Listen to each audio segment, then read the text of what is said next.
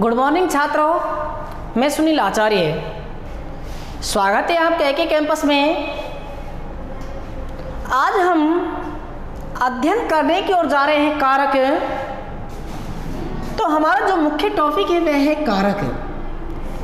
तो कारक का अध्ययन करने से पहले हमें कारक की परिभाषा को जानना होगा कि जो कारक है इसकी परिभाषा क्या होती है।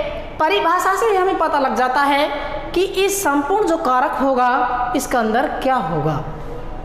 यदि हमें इसकी जो परिभाषा है इसी के बारे में हमें पता नहीं है तो हम कारक के संपूर्ण अध्ययन कर लेते हैं, परंतु हमें वह समझ नहीं आता है। तो सर्वप्रथम हमें यहाँ देखना होगा कि क्रियाजनकत्वम कारकम, क्रियाजनकत्वम कारकम।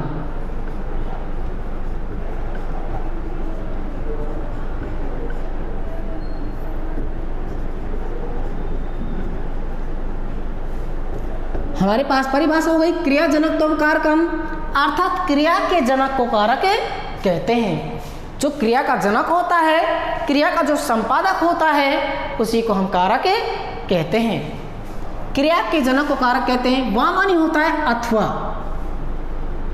वह का अर्थ क्या होता है? अथवा। क्रियायम करोति से कारके, क्रियायम करोति से कारके। क्रियायम करोति से कारक है। क्रियायम करोति से कारक, अर्थात जो क्रिया को करता है वही कारक होता है। जो क्रिया को करता है, जो क्रिया को करता है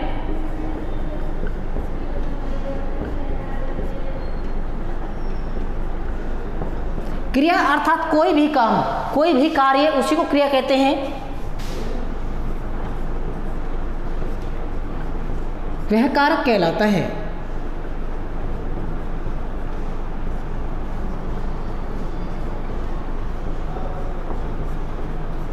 जो क्रिया को करता है वह कारक कहलाता है।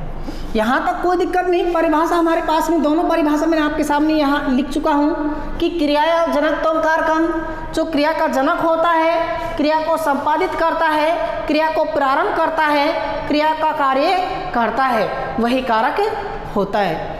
वामन होता है अथवा क्रियायम करोति से कारके, अर्थात जो क्रिया को करता है, कार्य को करता है या काम को करता है, वह कारक कहलाता है। सामान्य सी बात है। उसके बाद में हमें देखना होगा कारक। आपने हिंदी में पढ़े होंगे कि कारक सामान्यतः 8 प्रकार के होते हैं। हिंदी में 8 प्रकार के होते हैं, परंतु हमारी संस्कृत के अंदर कारक सामान्यतः 6 प्रकार भवन्ति, अर्थात कारक सामान्यतः 6 प्रकार के होते हैं।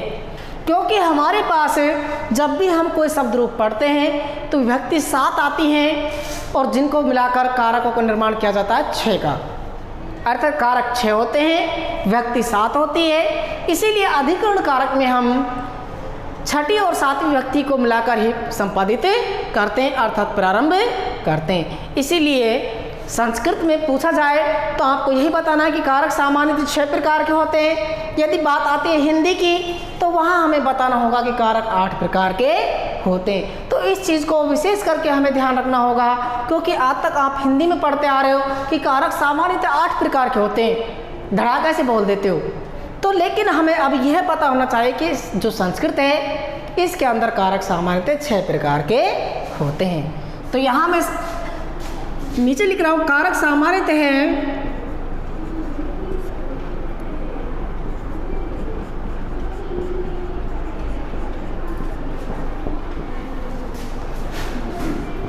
षड् प्रकाराः भवन्ति।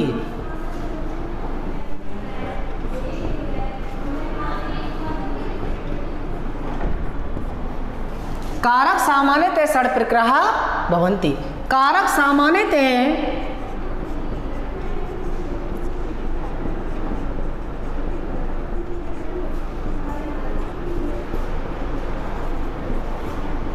6 प्रकार के होते हैं।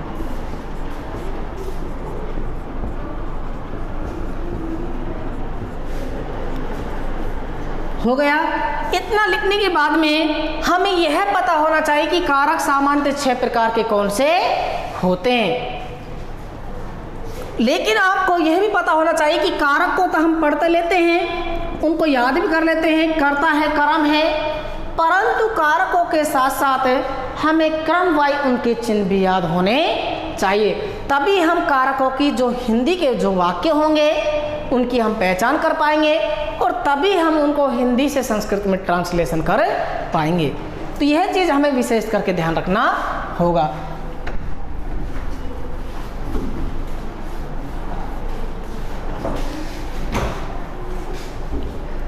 तो इधर में क्रम संख्या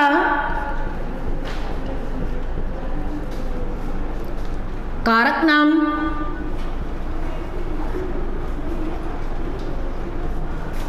कारक चिन्ह,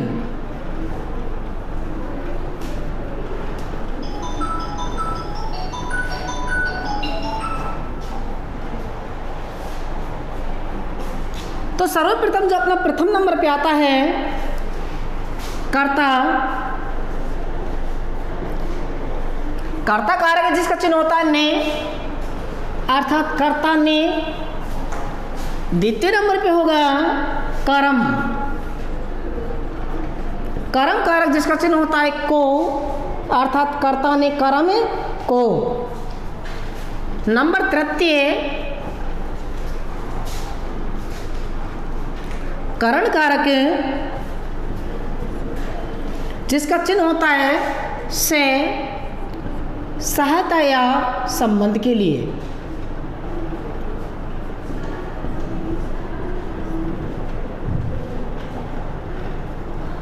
सहायता या संबंध के लिए। नंबर चतुर्थ संप्रदान कारक जिसका चिन्ह होता है के लिए,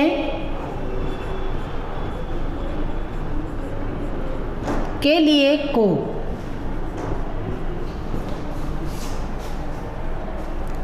पंचम नंबर होता है अपना अपादान कारक जिसका चिन्ह होता है से, परंतु पृथक होने के लिए, अर्थात अलग होने के भावार्थ में। उसी प्रकार से षष्ठ नंबर पे आता है अपना अधिकरण कारक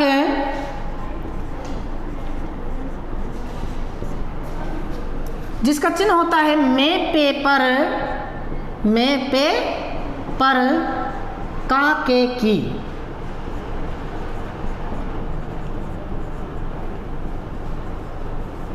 तो इस प्रकार हमें कारकों के नाम और कारकों के चिन्ह क्रमवार याद होने चाहिए कि कर्ता ने कर्म को करण से संप्रदान के लिए, अपादान से अधिकरण में पे पर। अब यहाँ बात आती है कि करण कारक का चिन्ह भी से होता है और अपादान कारक का चिन्ह भी से होता है, परंतु करण कारक का जो चिन्ह है से वे सहायता या संबंध के लिए होता है और जो अपादान का चिन्ह होता है से वे पृथक होने के लिए, अर्थात अलग होने के भावार्थ के लिए होता है। अगर इनका अब समस्या खड़ी हो जाती है कि हम इनका पता कैसे लगाएं। तो पता हमें इसी प्रकार से लगाना है कि जो हिंदी के वाक्य होंगे उनसे ही हमें पता लग जाता है कि वह पिता के साथ जयपुर जाता है, वह पिता के साथ जयपुर जाता है। तो वह पिता के साथ जब जयपुर जा रहा है तो पिता के साथ जा रहा है, पिता की सहायता ले रहा है, पिता की सहायता ले रहा है, इसीलिए वहाँ से चिन्ह आया है। या मैं कह सकता हूँ कि मैं घर से साइकिल से आता हूँ, मैं घर से साइकिल से आता हूँ। किससे आता हूँ? साइकिल से।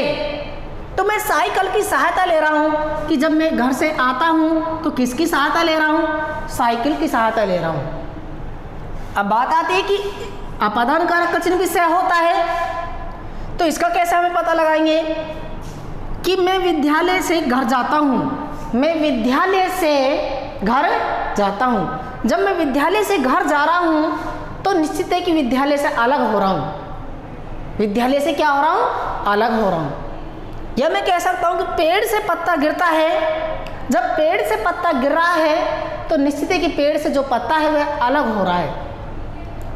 तो इस प्रकार से हमें हिंदी के वाक्यों से ही पहचान हो जाती है। बात करते कर्ता कारक की, जिसका चिन्ह होता है ने, अर्थात वीर सावरकर ने इस प्रकार युद्ध को जीता। किसने? वीर सावरकर ने। तो हिंदी के वाक्यों में हमें ने शब्द दिखाई देना चाहिए। बात आ रही को की कि सीता भोजन को पकाती है या बनाती है। भोजन को अर्थात कर्ता ने कर्म को, किसको? भोजन को। तो चिन्ह आ रहा है हमारे पास में को। उसी प्रकार संप्रदान कारक का है के लिए। राजा भिखारी के लिए धन देता है। राजा भिखारी के लिए धन देता है। राजा किसके लिए दे रहा है? भिखारी के लिए दे रहा है। के लिए, भिखारी के लिए। तो चिन्ह आ गया हमारा के लिए। तो जहाँ चिन्ह से पता लग रहा है कि यहाँ जब के लिए आ रहा है तो निश्चित है कि यहाँ क्या होगा? संप्रदान कारक होगा। उसी प्रकार से कह सकते हैं कि बच्चा दूध के लिए रोता है। के लिए, दूध के लिए। तो चिन्ह से ही पता लग रहा है कि हमारे पास में चिन्ह क्या आ रहा है? के लिए आ रहा है। उसके बाद अपने पास बच गया अधिकरण कारक कि अधिकरण कारक का चिन्ह होता है मैं, पे, पर, का, के, की। अब इनका पता हम कैसे लगाएंगे? तो सामान्य से बात है कि पेड़ पर पक्षी बैठा है या भवन पर पक्षी बैठे हैं। भवन पर या पेड़ पर चिन्ह आ रहा है पर। कवियों में कालिदास श्रेष्ठ है। कवियों में चिन्ह आ गया हमने। कौन श्रेष्ठ है? कालिदास श्रेष्ठ है। तो इस प्रकार से हमें इन चिन्हों से पता लग जाता है कि हमारा कारक क्या होगा। तो अब निश्चित है कि जब हम कर्ता कारक पढ़ेंगे तो हमें यहाँ विभक्ति लगानी होगी प्रथमा। कर्म कारक का अध्ययन करेंगे तो निश्चित है कि हम विभक्ति लगानी होगी हमें द्वितीय। करण कारक का अध्ययन करते समय हमें तृतीय विभक्ति का प्रयोग करना होता है। संप्रदान कारक का अध्ययन करते समय हमें चतुर्थ विभक्ति का अध्ययन करना होगा। और अपादान कारक का अध्ययन करते समय हमें पंचमी विभक्ति का प्रयोग करना होता है। और नंबर 6 है हमारा पास अधिकरण कारक है। इसका जब हम अध्ययन करते हैं तो निश्चित है यहाँ छठी और सातवीं अर्थात षष्ठी और सप्तमी दोनों ही व्यक्ति को मिलाकर इस कारक का निर्माण किया जाता है। तो निश्चित है, तो इसके बाद हम कल अध्ययन करेंगे जो पिछली क्लास होगी अर्थात आने वाली क्लास में हम अध्ययन करेंगे नंबर 1 कर्ता कारक की। धन्यवाद।